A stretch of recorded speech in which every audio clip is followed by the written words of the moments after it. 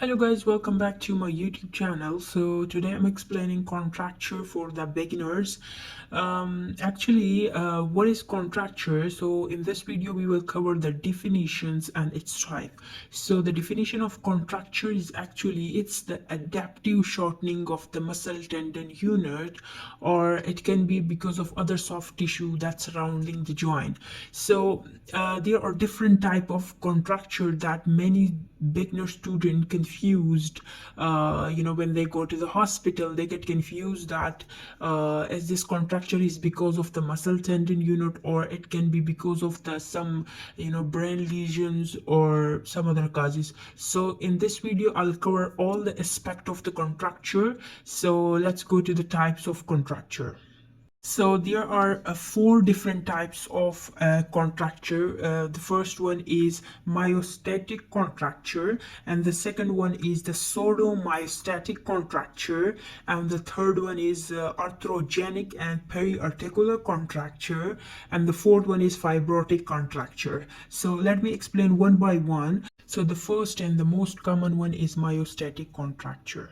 So as the name indicates, myo mean muscle. So in this contracture the muscle tendon unit is involved, mean there is adaptive shortening of the muscle tendon unit, and there is loss of the range of motion. There is significant loss of range of motion, and there is no specific muscle pathology present, right? No specific muscle pathology present.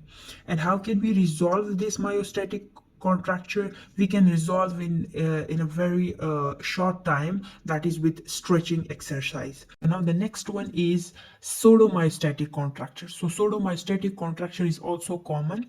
So in this contracture the muscle tendon unit is okay, there is no problem in the muscle tendon unit, but the muscle tone is changed. So there is hypertonicity in the muscle, that is spasticity or rigidity. So this contracture is because of CVA, when there is any brain related lesion or spinal cord injury or traumatic brain injury. So you can see this type of contracture in the stroke patient or in the CP child. So their muscle get contracted, so that contraction is the pseudomyostatic contraction. Other causes of the pseudomyostatic contraction may be muscle spasm or corning or pain. And then how can we resolve this contracture? So we can resolve this contracture by neuromuscular inhibition procedure or technique. The reason is a simple passive stretch will not be effective, because in this condition the muscle is in constant state of contraction because the tension is high. So if we apply the passive stretch, so the muscle will show resistance. So then what we can do neuromuscular inhibition technique.